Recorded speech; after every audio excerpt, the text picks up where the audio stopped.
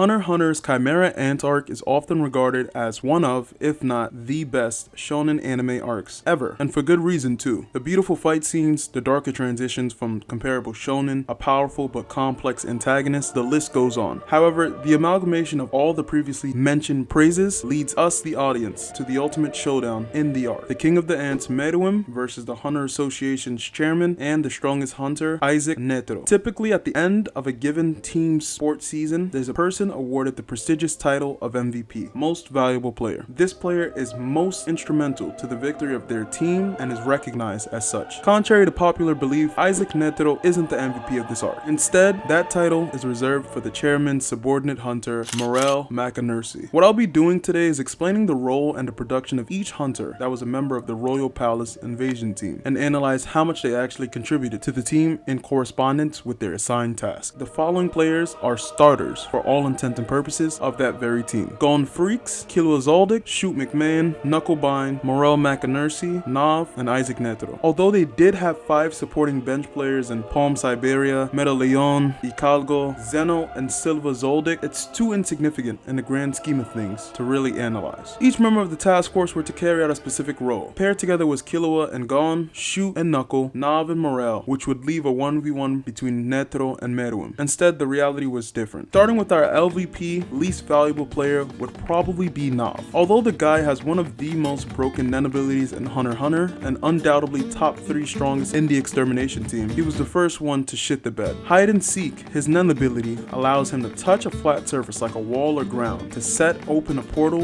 leading to an artificial Nen dimension, meaning he could teleport anybody to this pocket dimension and let them die of starvation or thirst. Think Kakashi and Obito's Kamui dimension. With this versatile ability though, he was able to create multiple entryways and exits for the rest of the team, allowed Netero a secure place to hone his skills before the final showdown, and even assist in killing other pesky Chimera Ant officers. He was given the role of distracting and pulling away the royal guard Shiapoof alongside Morel, but ultimately ended up not even being seen in combat against the royal guard because of the veterans sensing their Nen aura during reconnaissance. Even a seasoned hunter like Knov got spooked and disturbed by the raw presence of these ants. His ultimate goal of assisting Morel in combat against Shiapoof was a failure. After Knov, on this gauge, everyone that follows at least participates in combat, so the gauge does get a bit tighter. Following our LVP is going to be Shoot McMahon. Shoot is apprentice 1 of 2 of Morel's. His primary combat Nen ability, Hotel Rafflesia, allows him to seal off his opponent's specific body parts through physical contact with what looks like a birdcage. In correlation to the area of impact, he shrinks them and teleports them into his birdcage via 3 dismembered hands. With enough hits, he can seal off their entire body into that cage. Example being his fight against a mindless kite. He was given the role alongside Shoot to distract the royal guard Yuppie. Instead, actually ended up soloing the royal guard in a one-sided battle favoring Yuppie. Although an admirable display for Shoot, he was only able to distract him for a few minutes overall. He did accomplish that mission as every other member was allowed to continue past Shoot whilst he fended off the royal guard. Next to him on the scale will be the other apprentice of Morel, Josuke Higashigata, or Knucklebind for short. His unique Nen ability, APR, grants its victim a portion of Knuckle's own Nen. This Nen that he loans to the opponent then starts to accrue interest on how much the victim has borrowed. Once the interest exceeds the victim's total Nen, APR turns into IRS and effectively disables the victim's Nen for 30 days, rendering them defenseless. Aforementioned, he was tasked with assisting Shoot and fending away Yuppie from the king's side. Overall, he did accomplish that mission. Although delayed, he assists and draws Yuppie away from the fatally wounded Shoot, allowing Knov to save his life in his Nen dimension with world-class doctors. He tags the royal guard with his Chapter 7 bankruptcy, which later gets negated because he releases his APR ability in exchange for Morel's life. And yet another one-sided fight favoring the guard, Knuckles almost killed when Killua later saves him in the nick of time with his Godspeed. Overall, Knuckle and Shoot both carried out their tasks just to varying degrees. I have to remind you that it's never stated that they have to win their fights against the guards, but rather to distract them. The only person required to win is the chairman. Following Josuke, I'm placing our deuteragonist Killua Zoldyck, whose main combat prowess is his lightning Nen, most notably Godspeed, which allows him to surround and boost his body with lightning-based speed and power. He was given the role of alongside Gon of drawing away Royal Guard Neferpitu. What actually follows is Killua leaves Gon's side to do a whole bunch of side quests essentially. He helps stop the consumption of humans via the selection process, followed by causing serious serious damage to Yuppie, simultaneously saving Knuckle, ends up fleeing from that exact battle at the exhaustion of Godspeed. He later loses a fight to a Chimera ant buff Palm, but ends up converting her back to assisting the team, so later protects and holds Komugi hostage from Poof. And finally, he attempted to revert Gon back to his normal state of mind after his rage against Neferpitou. In the end, Killua basically abandoned his original task and falls into everything else spontaneously. He does, however, get bonus points for recruiting Ikalgo. Further on this gauge will be our MC Gon Freaks. Gon followed his objective to a T. His task: divert the Royal Guard Neferpitou's attention to him. He did just that and above. Gon managed to confine and relocate Pitou far away from the King's showdown for ulterior personal motives, and ends up killing the Royal Guard with an ambiguous Nen vow single-handedly. Secondary to our MVP is of course the chairman, Netero. His goal was to defeat the king in a 1v1 duel. Although he by far had the most difficult task, his win requirement was also the most crucial to the extermination of the ants. Their grandiose fight concluded in Netero's defeat/suicide and Meruem knocking on death's door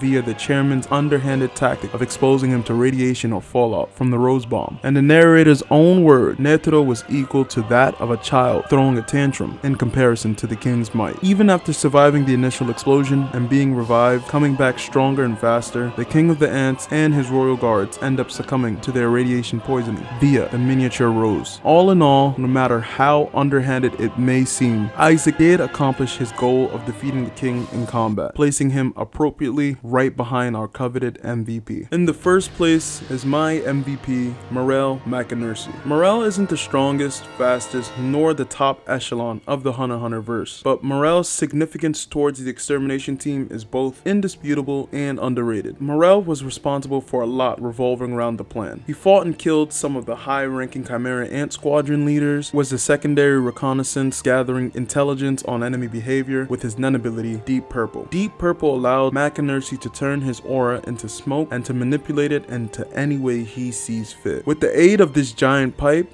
he produces great amounts of smoke, which he can then shape into countless constructs. He was tasked with, alongside Knov, to distract the Royal Guard Shiapoof. However, due to an aforementioned psyche collapse of the veteran hunter, Knov, Morel had to face the Royal Guard himself at 30% of his power. This 30% is in reference to everything he did on the days leading to the Royal Palace invasion. Morel was on multiple occasions serving as a security detail for the squadron, helped hone Gon and Killua's Nen skill to combat the ants, killed Chimera officer Leol in a 1v1 where he completely outsmarted him, whilst proving to Killua Nen battles are more than just a clash of Nen, rather an emphasis on the intricate usage of one's Nen against another. He also fought and repelled Chimera ant officer Chitu multiple times. He later fights a proxy battle using his smoke guards against Neferpitou's puppets and helps thwart the remote selection. Taking everything just mentioned, including the 30% statement, he then 1v1s, distracts and traps Shiapoof to prevent him from approaching the king, after which he assists Knuckle in his battle against Yuppie, where he was prepared to lay down his life for the overall success of the mission. All in all, Morel is an underrated member of this team that I felt needed to be addressed. There's no other member of this extermination team that impacted their success like Macanercy, making him the MVP. If you agree or disagree with my gauge, or maybe you think there's a placement wrong, or maybe I even got some information wrong, let me know down in the comments, as I read and respond to every comment possible. Lastly, while I'm here, I want to thank everyone for getting me to 100 subs. It may not look like much, but to me it signifies that me being more consistent and upping my quality of content is paying off. As always, I genuinely appreciate all feedback